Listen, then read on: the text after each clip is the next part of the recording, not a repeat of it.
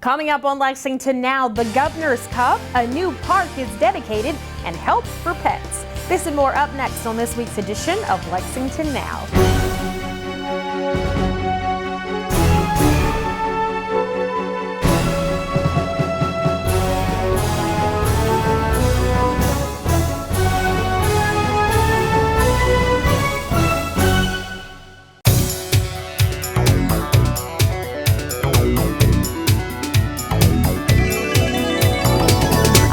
Roberts, and welcome to another edition of Lexington Now, where we take a look at the news that shapes your urban county government. Governor Steve Beshear joined community officials from the region to celebrate Site Selection magazine, naming Kentucky the top state for economic development projects per capita last year. The governor was presented with the trophy by magazine officials earlier this year. It is my pleasure on behalf of the 3,000 Xerox employees in Lexington and the 4,500 employees in Kentucky to welcome Governor Beshear, Mayor Gray, and the other government, business, and civics leaders that are in attendance today. Governor, first, thank you for allowing Xerox to host this event. But more importantly, thank you for your support that has allowed us to develop a strong hub here in Lexington. Kentucky is a great place for people to work and live, and your efforts to attract and retain the world's leading companies has helped to make Kentucky a special place.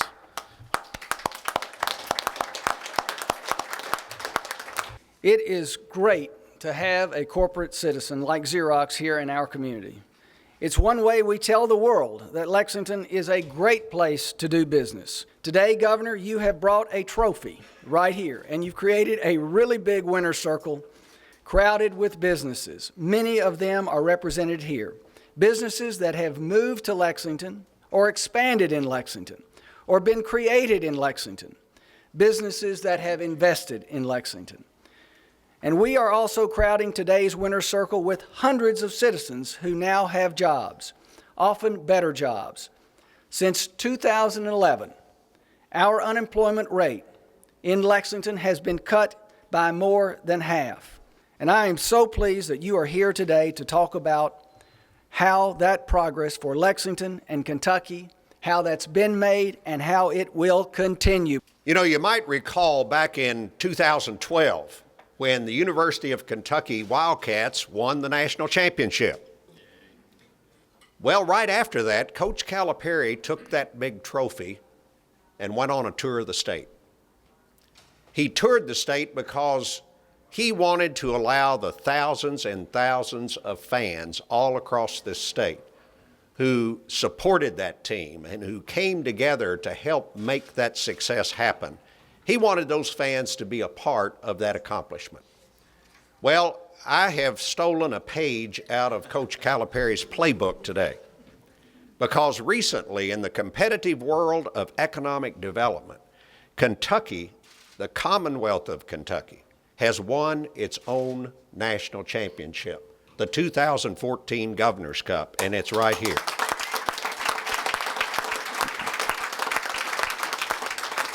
Now let me tell you a little bit about the Governor's Cup. It's awarded every year by Site Selection magazine, a nationally regarded economic development publication based in Atlanta. And each year, they rank every state on a number of criteria, and then they award this Governor's Cup to the state that tops the nation in large-scale economic development. We wanted to bring this cup here to Lexington to let you celebrate with us, not because y'all are just great cheerleaders, because you all have been in the trenches with us. You have helped us, Mayor, and all of your team, all of these people here. You have helped us to grow business, to expand business, to bring new business in to Central Kentucky and the entire Commonwealth. You've helped make this community the vibrant place that it is, that people want to come to do business. You made sure that the roads and the utility infrastructure are top-notch, that our neighborhoods, our housing is up to par, that our schools are excellent, and that our companies have top-notch talent to pull in to work in their companies. Companies are choosing Kentucky because they love places like Lexington and Central Kentucky. What makes this award so meaningful is how the winners are selected, because folks, this is not a popularity contest. This is not a couple of people sitting around a table deciding who they want to win. It is not even an assessment of the potential of an area, what an area may do in the future because of good things that are going on in that community. No, it is a measure of actual things happening, actual development in each state. It answers two questions. First of all, is the state attracting business and jobs? And secondly, has it been successful at large-scale economic development? And I'm very proud to tell you that the answer to those questions in the Commonwealth of Kentucky is a resounding yes. Yes, we have, yes, we are, and yes, we're going to continue.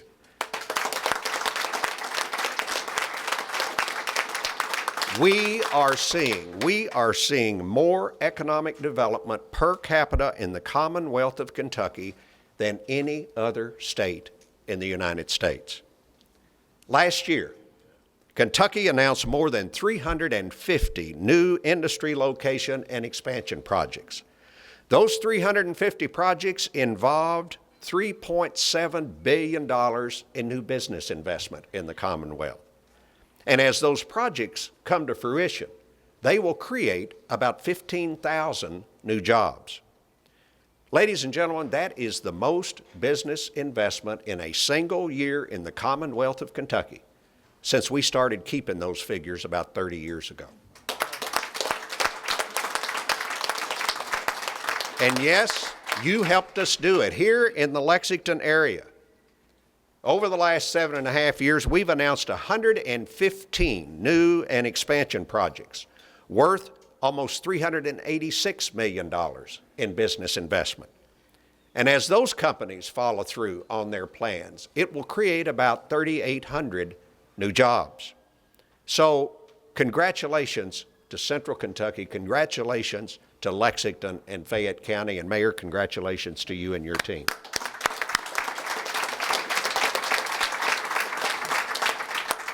Now, this Governor's Cup is just one measure of the economic momentum that you're seeing in the Commonwealth.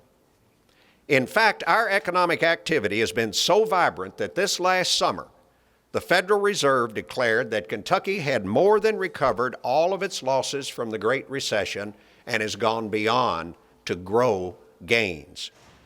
Furthermore, statewide, last month, our unemployment rate hit 5%. Folks, during the Great Recession about 5 years ago, it was almost 11%. And it is lower than 5% here in Fayette County, as the mayor said. Average wages and salaries are up more than $10,000 since 2001.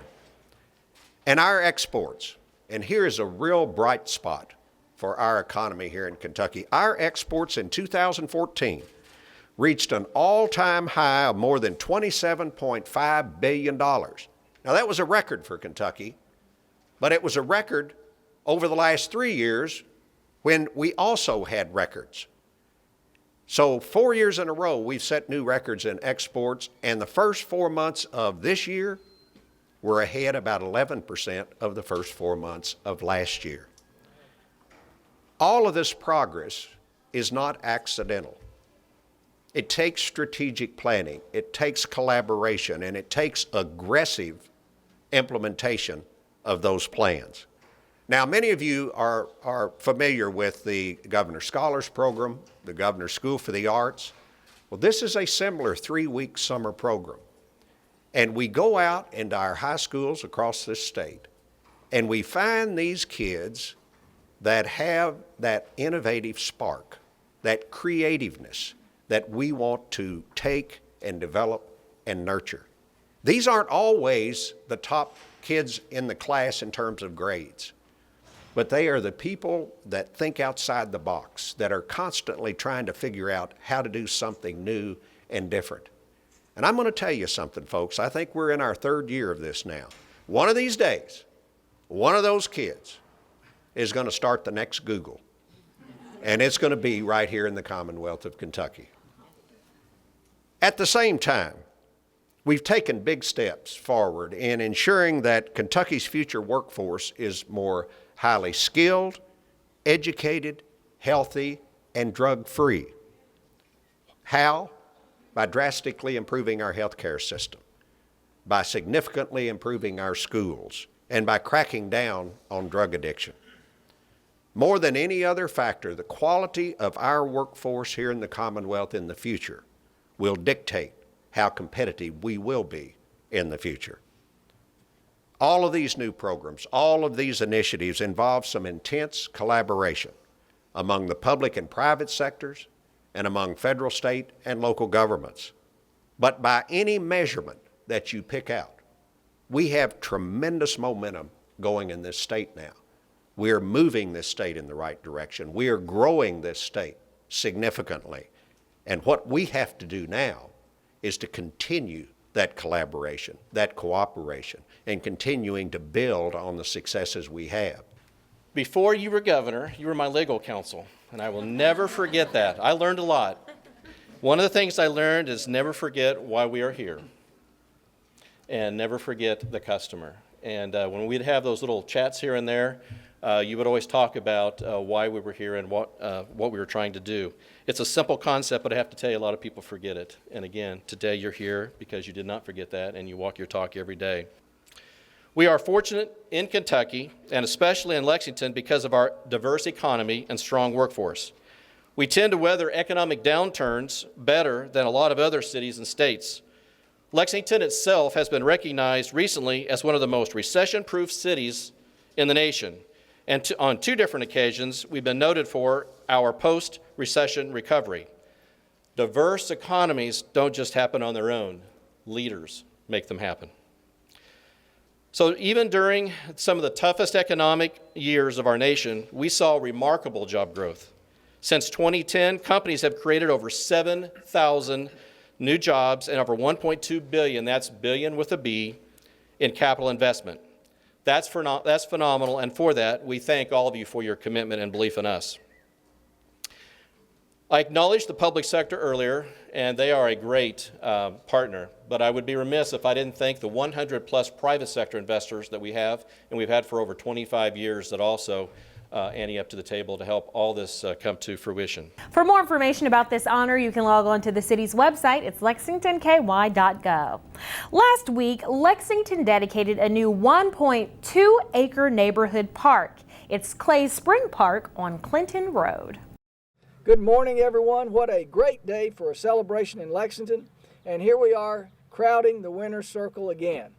We are here today with 5th District Council Member Bill Farmer to celebrate and dedicate Clay's Spring Park. The neighbors have been working on this park for a very long time. With this park, we are preserving a big part of our history. The park is the site of the original spring on Ashland, the Henry Clay estate. And we are preserving green space in a developed neighborhood. This park is also special because of the public-private partnership that has made it possible. Councilmember Farmer will tell us more about that partnership. Councilmember Farmer. Mayor. Yes. Mayor, thank you for being here. Thank all the neighbors for being here too. And yes, this is a great partnership. And it's always a pleasure to represent any part of Lexington, but this neighborhood is special to me. I live here, but this neighborhood works together so well. Water is so important, and in Lexington it continues to play a role. But this neighborhood and what is now a quiet preserve here, next to what is still the Shriners Hospital, in a place close to Henry Clay's home, and the work that went into this among this neighborhood and others, and many who helped and contributed. And when you look at the work that's been done, to remember the history, because it's so important that we remember our history and that we understand it. But I would just say, Mayor, that this spring that was here, and potentially it could have flown the other way, but I think it's it's the Headwaters of Town branch myself. There we go. And as the Headwaters of Town branch, it's the beginning of something great that is still going to go on in downtown. We're looking forward to that too. But today we're here to celebrate the neighborhood and the great accomplishment here, and I appreciate you all being here. Thank you very much. Working on it 3 years. With Ben Elder is basically the brain and the brawn of our neighborhood association. And he's the one that really has pushed this project forward. Other neighbors have been very instrumental with donations and physical help and planning and the whole project. So just want to thank the press for being here, thank Mayor Gray, Councilman Farmer, and all the neighborhoods for coming out this morning. And thank you very much. It is an honor to be here. I've been very honored to be a part of this project, and I thank Ben for contacting me and asking me to. I have long thought that what has been done here has needed to be done because this is an incredibly important spot. Over the course of years, a great many important things may have happened at this spring.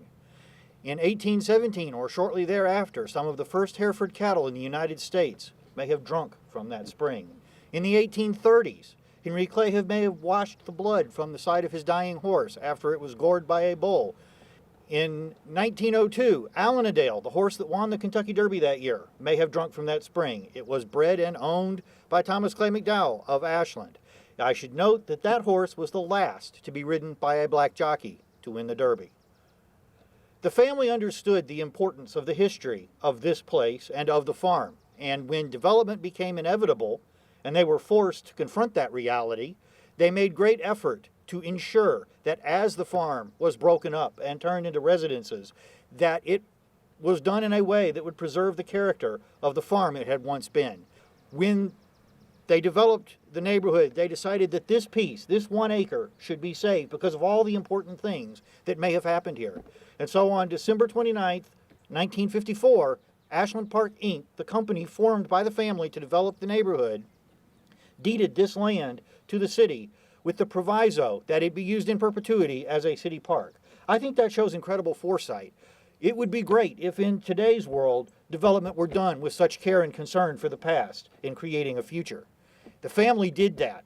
What we are today is because they had the foresight to make it so. And it is great that we stand here today to honor that by returning the name to this place that it should have had all along.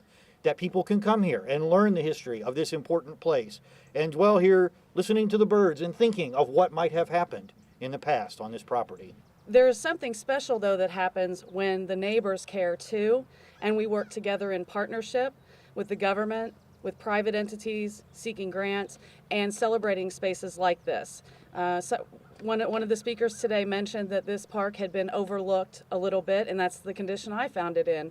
And so I always wanted to make it a better place, and I was very excited when the neighborhood approached me.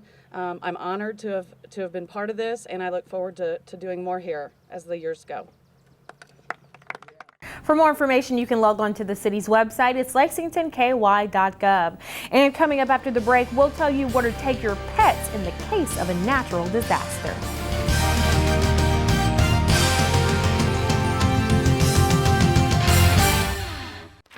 Way to go, Lexington! Participation and collection totals from the Rosie Recycling Program are at all-time highs. Now it's time for a quick reminder on what materials can go in your Rosie Recycling container. Paper and cardboard products, canned products with contents removed. We accept milk, juice, soda, and laundry plastic bottles and jugs. And glass products. No Pyrex, ceramics, or plate glass is allowed. Place only metal cans in the Rosie. Don't place other metals such as car parts, cookware, propane tanks, chains, or garden hoses in the Rosie. These items cannot be recycled by LFUCG and slow down processing efficiency. For more information about the Rosie Recycling Program, please call LexCall 311 or log on to lexingtonky.gov/waste management.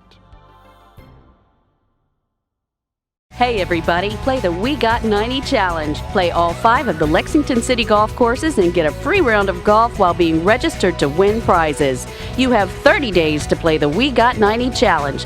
Play the Gay Brewer Jr. course at Picadome, Kearney Hill Golf Links, Lakeside Golf Course, Meadowbrook Golf Course, and Tate's Creek Golf Course in 30 days to complete the 90-hole challenge. Play the We Got 90 Challenge. Be sure and visit playgolflex.com for more information. Play golf, Lexington.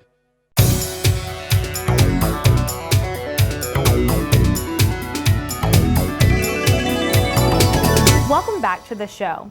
In the case of a natural disaster like a hurricane or a tornado, we know that the government is going to be there to help us recover. But what about your pets? Well, the city's emergency management and the Lexington Humane Society are joining forces to answer that questions and to make sure your pets can stay safe in case of emergency. Lexington now has new trailers to provide temporary shelters for pets during a community emergency. The Division of Emergency Management, in cooperation with the Lexington Humane Society and Lexington Fayette Animal Care and Control, has 2 new trailers filled with animal sheltering and care equipment. During a declared emergency, staff and volunteers from the agencies will set up the shelters as needed. The Lexington Humane Society will also utilize the trailer for large adoption events. Lexington Now attended the news conference. Good afternoon, everybody. Well, here with us today are council members Kevin Stennett and Peggy Henson, who are big advocates of our Humane Society and the Lexington Fayette Animal Care and Control. Pat Duggar, who's director of our Division of Emergency Management. Nathan Bowling, who is chief of Lexington Fayette Animal Care and Control. Of course, we can't be here without recognizing Susan Malcolm, who is president of our Humane Society, and Ashley Hammond, who is also with the Lexington Humane Society as a manager of development, and Ashley's going to speak as well. We need to be prepared to safeguard our citizens, and we've learned that means being prepared to safeguard pets as well. Now, in recent years, we've all seen situations where folks just would not leave their homes during disasters because they were concerned about their pets. And many of us understand that. You know, pets are members of the family, but most emergency shelters cannot accommodate pets. Well, now emergency management is prepared. We have 2 trailers, just like the one behind me, that we can use to keep pets safe during emergencies.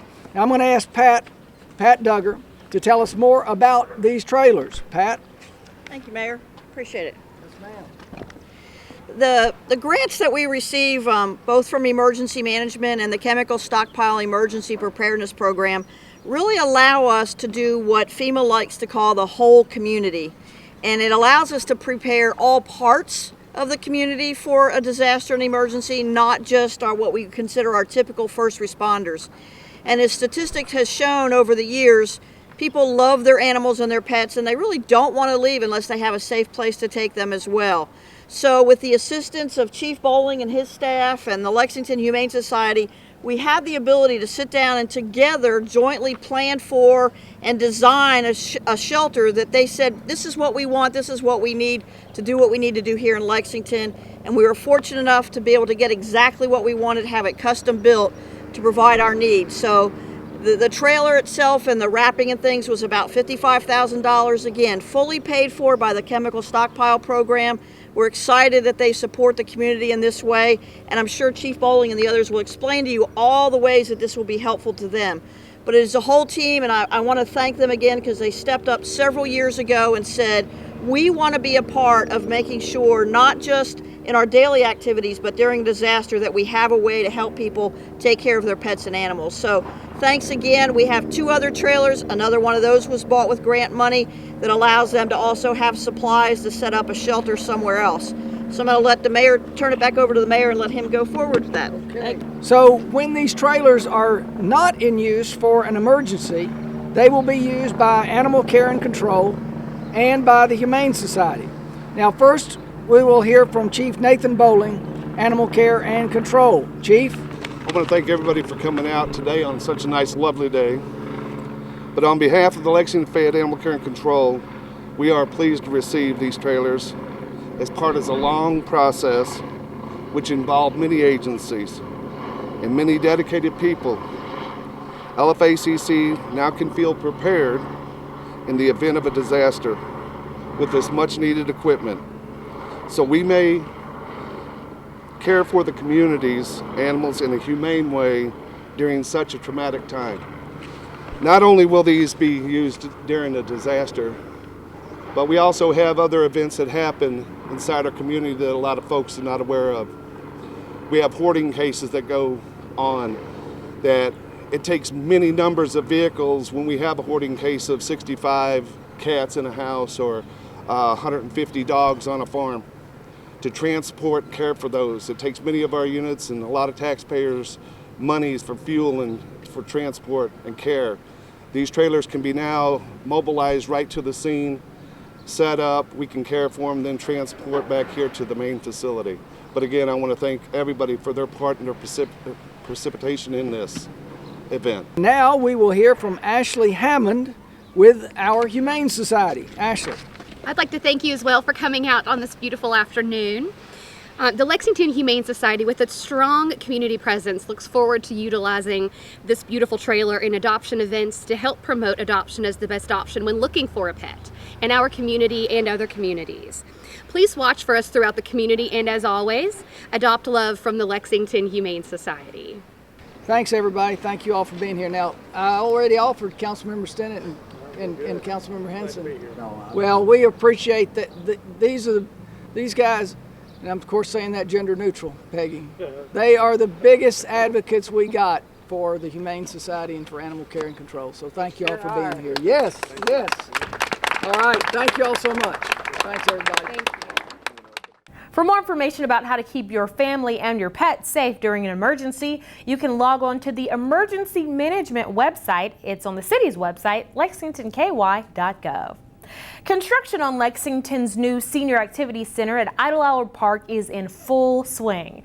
We spoke with Aging Services Coordinator Christy Stambaugh about the progress at the site and other activities going on for seniors in Lexington. I'm Christy Stambaugh, the Director for Aging and Disability Services in the Department of Social Services for the City of Lexington.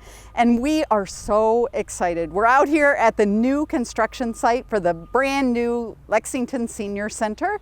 And we hope that we'll be moving in just, 10 or 11 months. So early in 2016, we'll be out here permanently. It will be our new home. We will have 33,000 square feet of activity space. We will have designated classrooms, a designated fitness room, a designated dance studio, a music room, 2 classrooms, a cafe, outdoor seating. We're still working. We think there's going to be some outdoor pickleball courts. There's going to be a field, a grass field for us to play bocce ball or croquet. And we are just so looking forward to being able to expand all of our programs.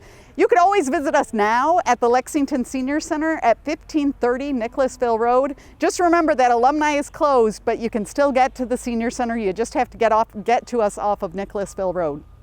Come out to the Senior Center. We're open Monday through Friday from 8 to 5. Meet the staff. All of the staff that are at the center now are going to move with us to this new center, and then we'll be adding some additional staff. And we'll be able to meet all of the needs, the growing needs of our aging population here in the city of Lexington. If you want information on the current center, please call 859-278-6072. If there's something that my office can do, the Office of Aging and Disability Services, give me a call at 258-3806. So what you see behind us, we are so excited. Construction actually started, we broke the ground in October of last year, and they already had the footprint of the building laid out. The design part is done. The building is beautiful. You can go to www.lexingtonky.gov aging and check out the new senior center plans. The outside facade is magnificent. It is so modern and beautiful, and it blends in nicely with the 22-acre park that is here out at Idlehour. So construction actually kind of started the day or a couple days leading up to our groundbreaking on October 12th. We had kind of a rough winter, as you know, lots of snow, then lots of rain. We kind of in our heads, we were saying, you know what, we'll be moving in March of 2016. Looks like now it's about April of 2016. So I think we're still right on schedule. And I got to tell you, now that we have some upright steel beams going, it just seems so much more real. We've been watching the footprint. Our neighbors here at the Idlehour neighborhood have been sending me pictures, letting me know what's going on.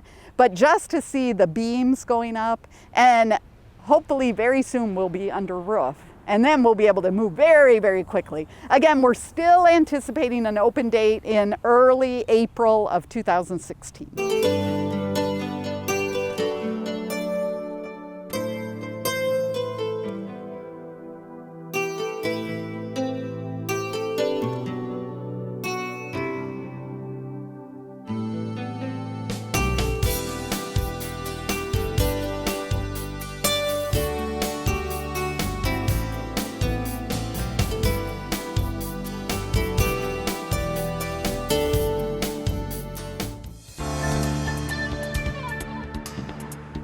University of Kentucky is going to make some major improvements to Alumni Drive. That's going to be great in the long run, but in the short run, it's going to affect our seniors coming to the Senior Center. They're going to close Alumni from Tates Creek to Nicholasville Road. The entrance to the Senior Center is going to maintain open, and we'll still be able to get people in and out of here. But instead of people cutting across Alumni to get to us at the Senior Center, what we're suggesting is that people, if you're on Tates Creek, turn onto Cooper, take Cooper to Nicholasville Road, turn left, and then take another left onto Alumni to get into the Senior Center. It's kind of a long process. It's going to be a program that they're telling us is going to last from May 10th until mid-August.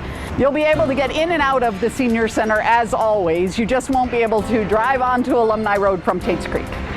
For drive time, it may affect us a little bit, but the good thing is that they're starting the project after UK is out for the semester, and most of the work that's going to be done is going to be when, it's not fall or spring, so summer session will be in, but the traffic is significantly lighter for all of us in the community during the summer when the university students aren't in. So technically, it's probably not more than a mile out of the way to get up to Cooper and to come across. So we really can't anticipate, but we know it's not going to be horrible because the university traffic is going to be cut down. But it is going to be a change, and we're well aware of that. We've published the picture of how to get to Cooper, how to get to Nicholasville Road, and we have it in our newsletter. If you'd like to receive our newsletter, give us a call at the Senior Center at 859-278-6072. We've certainly let all of our participants know, but we want new people to come into the Senior Center, and we certainly don't want the construction to stop you from coming to check out what's available for our seniors 60 years and older living in the Lexington community.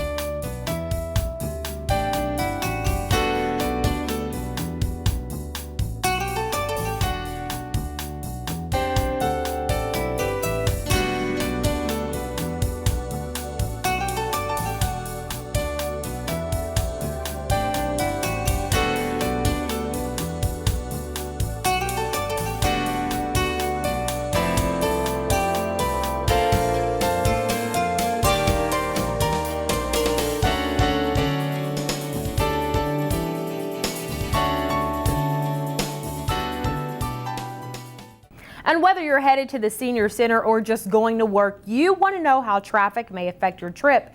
And that's where the Division of Government Communications has got you covered, especially in the morning with our show, Crosstown Traffic. It airs live weekday mornings from 6:30 to 8:30 and gives you the most up-to-date traffic news and even a street view with our live cameras so you can see where the delays are before you even leave the house. Remember, that's Crosstown Traffic only on GTV3. Now, here's a look at this week's lane closure report.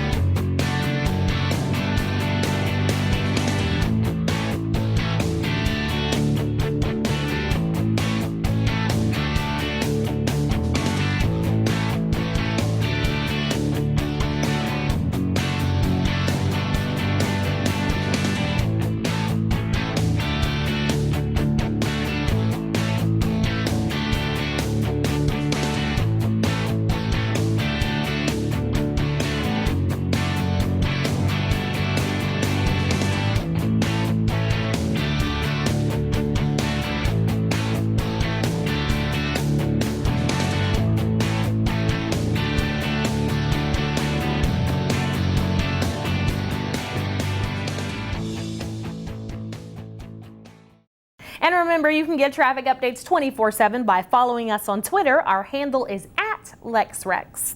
We've got a pretty full week coming up here in the Urban County government. Here's a quick look at some of what's on the schedule, but for a complete listing of meetings and events, you can log on to the city's website. And you know where to find us, lexingtonky.gov.